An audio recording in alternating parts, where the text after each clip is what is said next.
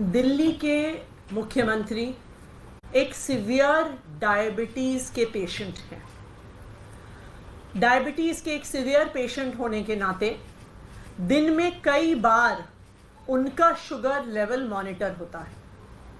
जिस हिसाब से उनका शुगर लेवल बढ़ता है, गिरता है, उसी के अनुसार उनको दवाई लेनी होती है, इंसुलिन के इंजेक्शन लेने होते हैं और उसी अनुसार उनका खान पान और डाइट होती है।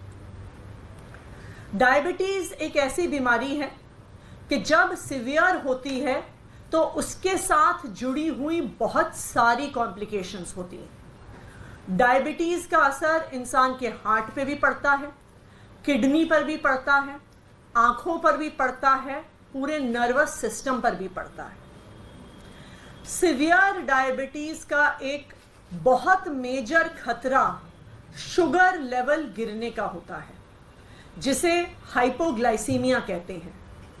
अगर किसी सीवियर डायबिटिक पेशेंट का शुगर लेवल 50 के नीचे गिर जाए तो उनकी जान को भी खतरा हो जाता है। किसी भी डायबिटीज़ के पेशेंट का शुगर लेवल कभी 80 से नीचे आने नहीं दिया जाता। तो अरविंद केजरीवाल ऐसी सीवियर डायबिटीज़ के पेशेंट हैं, लेकिन इस डायबिटीज़ के बावजूद भी, इतनी बीमारी के बावजूद भी आज तक अरविंद केजरीवाल जी ने अपनी डायबिटीज़ को, अपने स्वास्थ्य को, अपनी देश के सेवा में कभी अड़चन नहीं डालने दी है। चाहे अनशन पे बैठना हो, एक बारी वो सुंदर नगरी में अनशन पे बैठे, एक बार जंतर मंतर पे अनशन पे बैठे, वो दिन रात दिल्ली वालों के हित में सुबह से लेके रात तक काम करते हैं। देश के अलग अलग हिस्सों में जाते हैं, अपने स्वास्थ्य को ध्यान ना रखते हुए भी अपनी वो देश की सेवा में कभी भी उन्होंने आज तक स्वास्थ्य को अड़चन नहीं बनने दिया है। लेकिन जब से अरविंद केजरीवाल जी को भारतीय जनता पार्टी शासित केंद्र सरकार ने गिरफ्तार किया है, उनके स्वास्थ्य पर एक जबरदस्त खतरा मंडरा रहा है। जब वो ईडी की कस्टडी में थे तो 3 बार उनका शुगर लेवल गिरा। एक बार उनका शुगर लेवल 46 तक पहुंच गया, जो किसी भी व्यक्ति के लिए जानलेवा साबित हो सकता है। अरविंद केजरीवाल जी का पिछले 12 दिन में 4.5 किलो वजन घट गया है।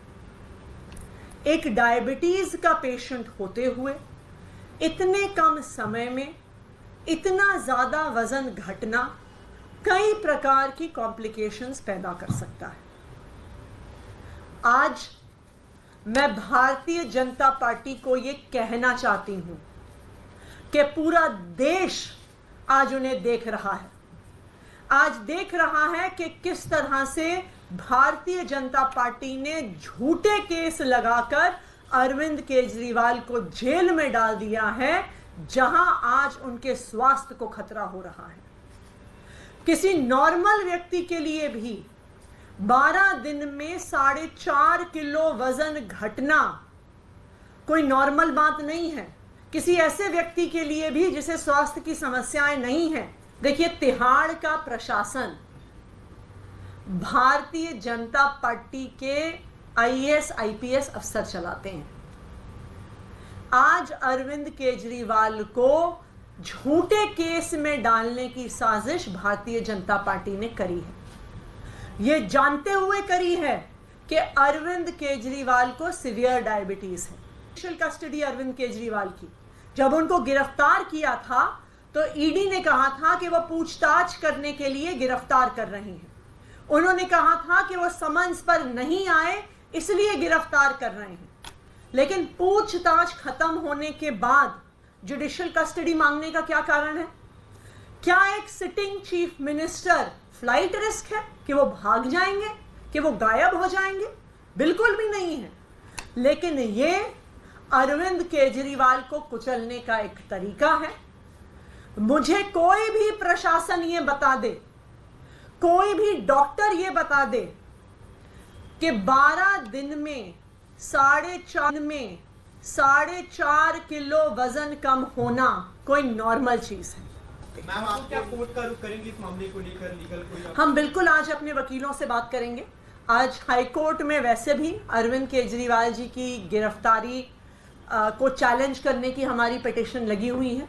इस पिटिशन का क्या ऑर्डर आता है उसके बाद हम एक बार ये अपने सारे वकीलों से बातचीत करके अगले स्टेप्स लेंगे। कल आपने कहा था उस पे बीजेपी ने लीगल नोटिस भेजा, आप और मानहानि का दावा कर रहे हो, कह रहे हैं कि अगर नहीं जवाब माफी मांगेंगे तो मानहानि का वो भी दायर करेंगे। क्यों?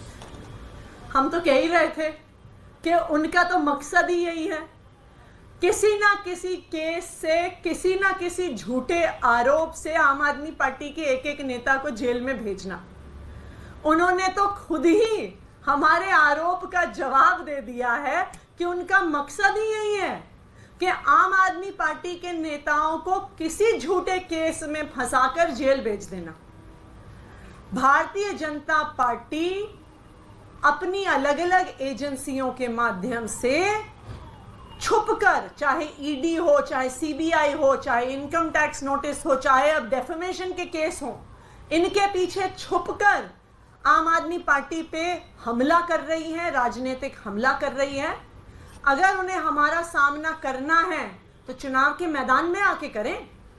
क्यों वो अलग अलग एजेंसीज के माध्यम से, क्यों वो अलग अलग केसेस के माध्यम से आम आदमी पार्टी के पीछे छुपकर वार करने का काम कर रहे हैं? वो कह रहे हैं नाम उजागर नहीं कर रहे आप उस व्यक्ति का जिसने आपको ऑफर किया।